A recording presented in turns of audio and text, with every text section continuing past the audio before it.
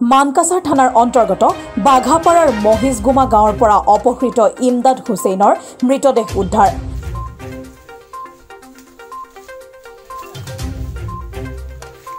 মেঘালয়ৰ দক্ষিণ পশ্চিম গাৰো পাহাৰ জিলাৰ মহেন্দ্ৰগঞ্জৰ জিগজাকৰ ডুমাপাৰা কমিউনিটি ৰিজাৰ্ভ ফৰেষ্টৰ পৰা উদ্ধাৰ অপহৃত যুৱকৰ মৃতদেহটো। যোৱা 20 ছেপ্টেম্বৰত মানকাছাৰ থানাৰ কালাপানী আৰক্ষী চকীৰ অন্তৰ্গত বাঘাপাৰা মহিষগুমা গাঁৱৰ পৰা দুৰ্বৃত্তই অপহৰণ কৰি নিছিল যুৱকজনক। 26 ছেপ্টেম্বৰৰ দিনা দুৰ্বৃত্তই হত্যা কৰি হাবিৰ মাজত থৈছিল মৃতদেহ।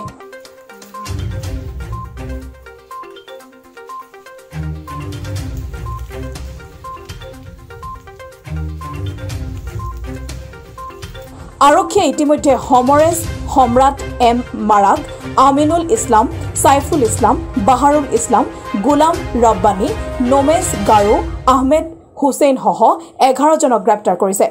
ঘটনাৰ লগত জড়িত 11 গৰাকী দুৰ্বৃত্তক আৰক্ষীয়ে কৰায়ত্ব কৰিছে। আজি মানকাছাৰ থানাৰ আৰক্ষীয়ে মেঘালয়ৰ আৰক্ষীৰ সহযোগত উদ্ধাৰ কৰে মৃতদেহটো। নিহত ইমদাদ হুছেইন মানকাছাৰ থানাৰ অন্তৰ্গত মহিষগুমা গাঁৱৰ ৰফিকুল ইছলামৰ পুত্ৰ। অপহৰণকাৰীৰ স্বীকাৰোক্তিৰ ভিত্তিত আৰক্ষীয়ে উদ্ধাৰ কৰে মৃতদেহটো। যোৱা 20 তাৰিখৰ পৰা ইমদাদুল হুছেইন নামৰ প্ৰায় 17 বছৰীয়া যুৱক এজন নিখোজ হৈ আছিল। এই বিষয়ে আমাৰ কালাপানী আউটপোষ্টত ৰিপৰ্ট কৰিছিল 21 তাৰিখে। তাৰ পিছতে আমি এই কেছটো ৰেজিষ্টাৰ কৰি পেলাই অনুসন্ধান কৰি আছিলোঁ। যোৱা পৰহিৰ পৰা আমি কিছু লিড পাওঁ, সেই অনুযায়ী আমি প্ৰথম দিনাখন 4জন আসামী আমি গ্ৰেপ্তাৰ কৰিবলৈ সক্ষম হওঁ। যোৱাকালিও আমি আন 2জন আসামী ধৰিছোঁ। ধৰি পেলাই তেওঁলোকক সোধপোছ কৰাত আমি গম পাওঁ যে আমাৰ মেঘালয়ৰ ৱেষ্ট গাৰো হিলছ ডিষ্ট্ৰিক্টৰ জিগজাক নামৰ ঠাইলৈকে এই যিজন যুৱক আছিল, এই প্ৰায় 6-8জন দুষ্কৃতিকাৰীয়ে লৈ আহিছিল। আৰু সেই মৰ্মে আজি আমি পুৱতি নিশাই ইয়ালৈকে আহোঁ, মেঘালয় আৰক্ষীৰ সহায় লওঁ।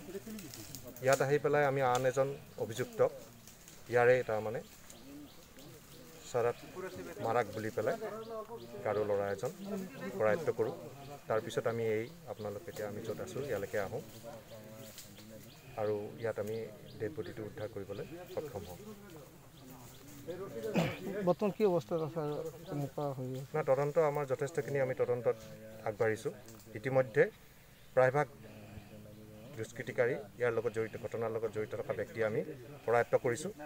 আপোনাক মই ক'লোৱে যে 6জন আমি ইয়াৰ লগত পোনপটীয়াভাৱে জড়িত